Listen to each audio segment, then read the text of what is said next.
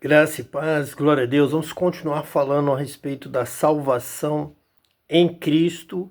Ele é aquele que batiza com o Espírito Santo e ao sermos batizados com o Espírito Santo, somos guiados pelo Espírito Santo.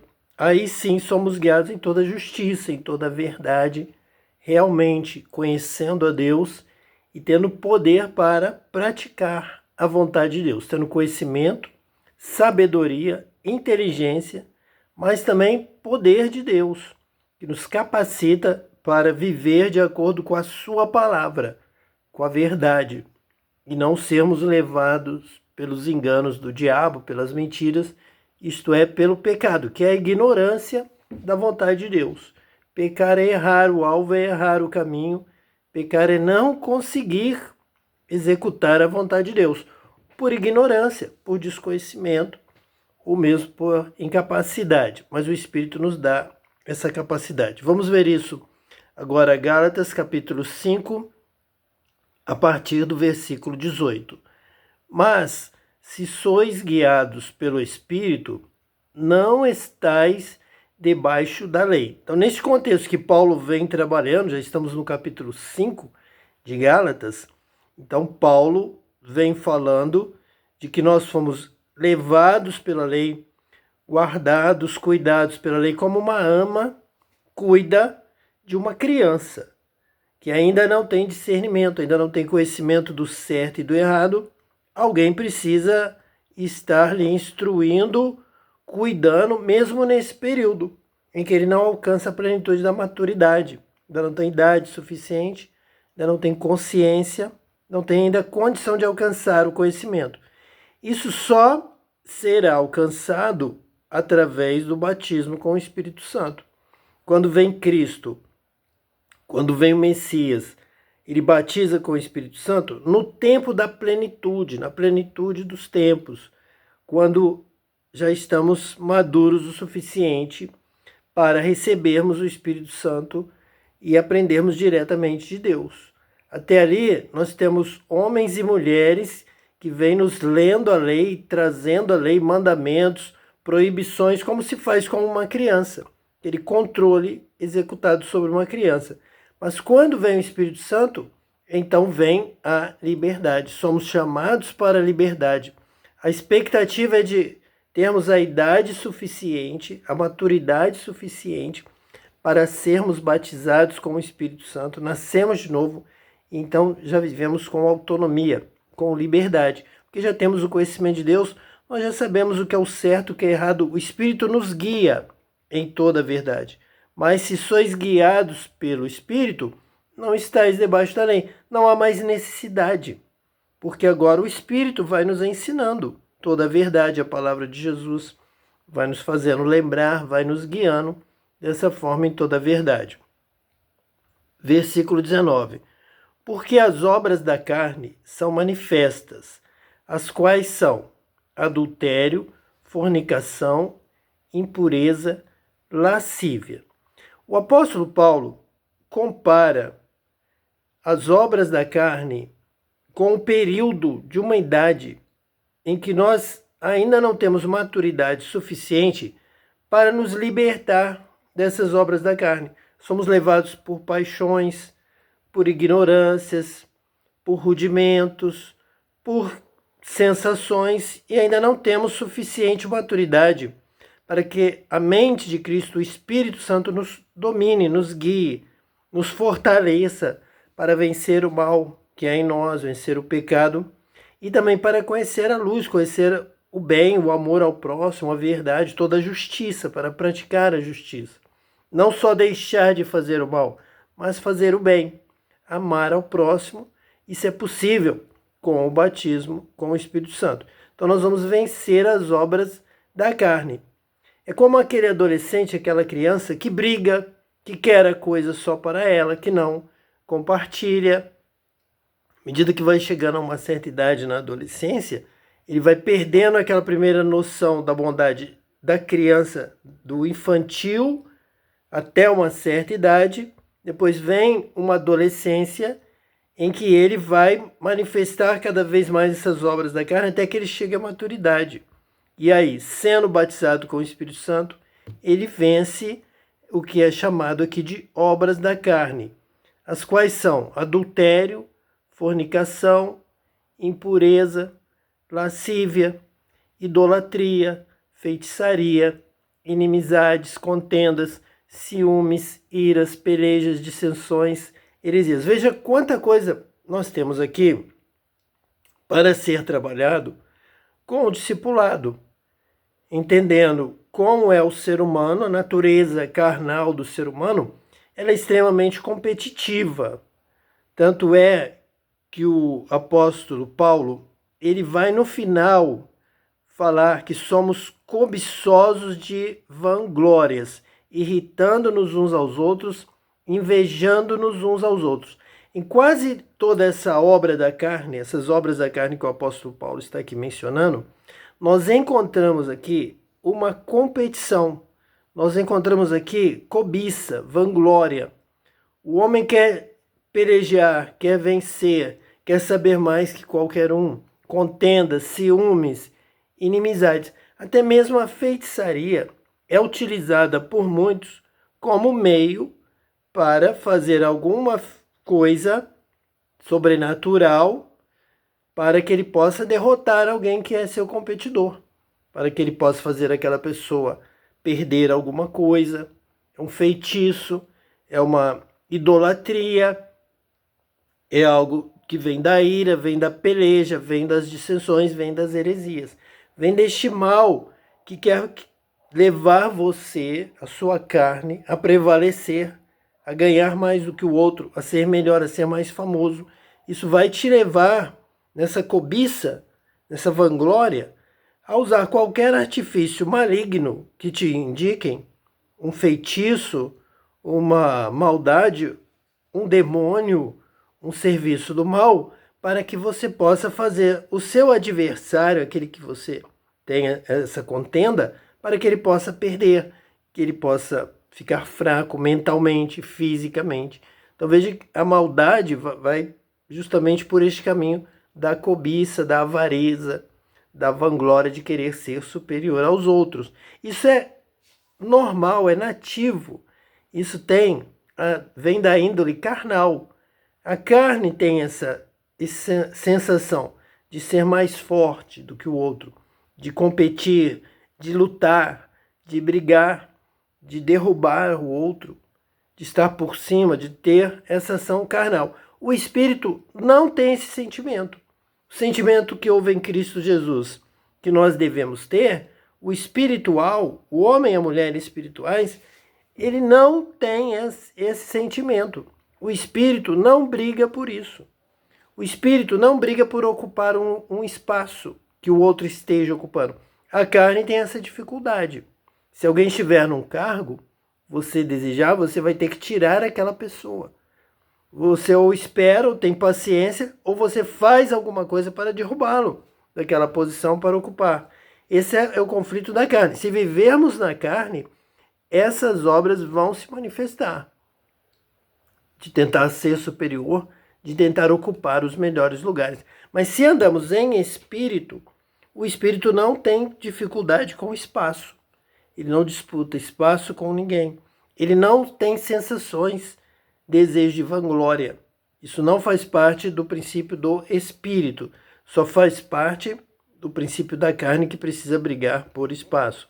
Invejas, homicídios fazem parte deste critério. Matar alguém para ocupar o seu lugar, a sua posição, porque o outro está melhor do que ele. A fama, a glória pode levar alguém a praticar o homicídio devido à inveja, e com isso bebedices, glutonarias e coisas semelhantes a esta, que a carne vai querer para se exaltar, ou beber demais, além do necessário, tanto quanto comer. Ele bebe, ele come, e muitas vezes ele ultrapassa todos os limites, com bebedices e glutonarias, para também dizer que está melhor, está vivendo melhor, está comendo mais, está bebendo mais, a sua carne está sendo melhor servida. Essas são as obras da carne, acerca das quais, de antemão, vos declaro, como também antes vos disse, que os que cometem tais coisas não herdarão o reino de Deus. Então veja que a preocupação, o cuidado que temos que ter em relação a uma mensagem de graça contra a lei.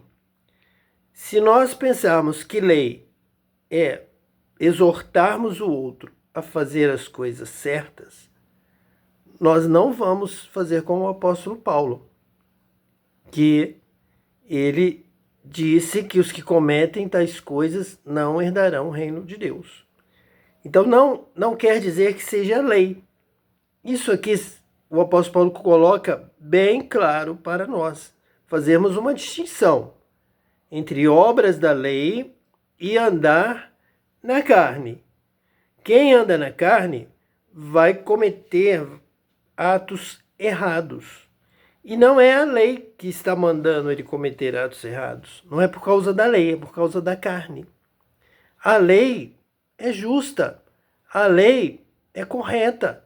A lei vai ensinar o bem. Embora ela não consiga salvar, ela não é suficiente para salvar, mas nós temos que estar observando o que o apóstolo Paulo está dizendo. Como também já antes vos disse, acerca das quais de antemão vos declaro, vos ensino, faço discipulado. E não vou dizer que por ser salvo pela graça sois salvo por meio da fé, não quer dizer que você pode fazer o que quiser, as obras da carne, e será salvo. Porque você creu, levantou a mão, foi lá na frente. Então alguém vai dizer, você já está salvo. De maneira nenhuma. Muitos que vão ali à frente continuam em casa. Nós temos inúmeros testemunhos sobre isso, que continuam em casa com contendas, com adultério, com impureza, com lascívia, até mesmo com feitiçaria.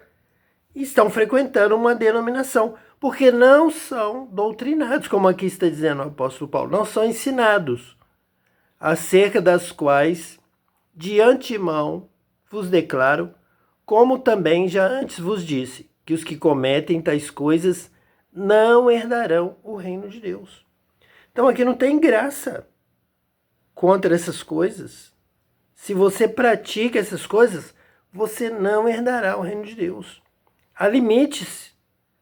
Não pode alguém estar lá frequentando, às vezes tem cargo na sua denominação, e ele vive constantemente em adultério. E diz que por estar lá, por participar da ceia, por ser membro de tal denominação tão antiga, tão famosa, tão bem cotada, isso está trazendo a salvação para ele? De maneira nenhuma. Ele está enganado. Ele está andando em mentira, iras, pelejas, dissensões, heresias, invejas, homicídios, contendas, ciúmes, inimizades, tantas coisas que ele pratica. E não há um discipulado para falar isso com ele. Olha, você não herdará o reino do céu, você vai para o inferno. Mas eu sou dizimista aqui, meu dízimo é alto.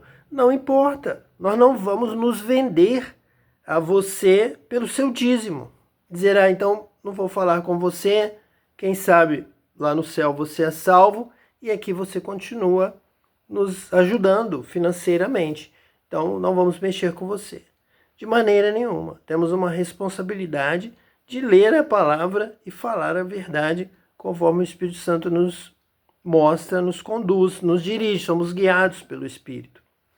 Mas o fruto do Espírito é amor, gozo, paz, longanimidade, benignidade, bondade, fé, mansidão, temperança. Contra estas coisas não há lei. E os que são de Cristo crucificaram a carne com as suas paixões e concupiscências. Então, colocando bem no devido lugar a questão da lei em relação às obras da carne. Obras da carne vão impedir você de herdar o reino de Deus. Quem cumpre a lei é quem anda no Espírito. O fruto do Espírito. Aqui, quando falo fruto do Espírito, não está dissociado, separado da questão dos dons do Espírito. É uma soma. Quem é batizado com o Espírito Santo? Frutos do Espírito, da presença do Espírito. É a mesma coisa. É na mesma linhagem. Eu não posso trabalhar de um lado dons, quem quiser dons, recebe dons. Eu não quero dons, eu quero só os frutos. De maneira nenhuma. Você vai ter os dons e os frutos. Tudo da presença do Espírito. É a riqueza do batismo com o Espírito Santo. Fruto do Espírito é fruto do batismo com o Espírito Santo. Fruto do Espírito é fruto da vitória do Espírito sobre a carne. Então você ama, tem paz, tem alegria em todas as circunstâncias. O seu colega, o seu vizinho, o seu irmão, alguém da igreja, alguém próximo, ganhou alguma coisa, você se alegra com ele. Você tem paz, amor, benignidade, bondade para realmente até saber que você contribuiu para que o outro prosperasse. Você quer que o outro tenha o melhor. Se você tem o batismo com o Espírito Santo, os dons, os frutos do Espírito Santo, você quer que o seu próximo também tenha o que é de melhor, o tesouro maior, o tesouro eterno. Mas se você, falando a verdade, quer que o seu filho tenha o melhor emprego, o melhor salário, a melhor vida, se você paga o estudo, se esforça para que seu filho se forme, para que ele tenha todas as coisas que puder oferecidas pela sociedade, pelo comércio, pela indústria, pela tecnologia, o que foi inventado de melhor, que o seu filho possa ter um emprego que lhe dê um salário que seja suficiente para ele ter tudo isso, então você vai desejar que o outro jovem, o filho do seu vizinho, o filho do seu irmão, o filho do seu amigo, também tenha. Que também tenha prosperidade, que também tenha um bom emprego, que também tenha o melhor salário possível. Honestamente, estudando o melhor aonde ele alcançar, o melhor que ele alcançar. Conhecendo a sociedade, as melhores ofertas, os melhores ramos atuais. Então, o que você quer de melhor, de verdade, sinceramente falando, para o seu filho, você vai querer para o de fora. Você não vai querer o melhor emprego para o seu filho e pregar que nós não devemos querer os melhores salários ou prosperidade. Se eu quero isso para mim e para a minha família mais próxima, aqueles que realmente eu amo, que moram aqui comigo, eu tenho que amar. Se eu tenho o Espírito, eu tenho amor pelo próximo como a mim mesmo, como pelos meus filhos. Então isso é um sinal de que é batizado com o Espírito Santo, que tem o Espírito Santo. Fora isso, está se enganando. Você não vive no Espírito, você vive na carne. Você mente, você é falso, você quer uma coisa para o seu filho e nem aceita que o outro tenha igual.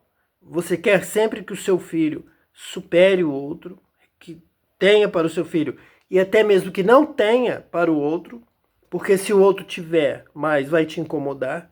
Então você está vivendo na carne. E os que são de Cristo crucificaram a carne com as suas paixões e concupiscências. Aqui está falando dessas concupiscências, desse desejo desenfreado da carne para ela mesma, para os seus. Você não quer para o próximo, você quer só para você. Você quer para o seu filho, você quer para a sua filha. Mas você não quer nem ouvir dizer que o filho e a filha do outro estão melhores, conseguiram algo melhor.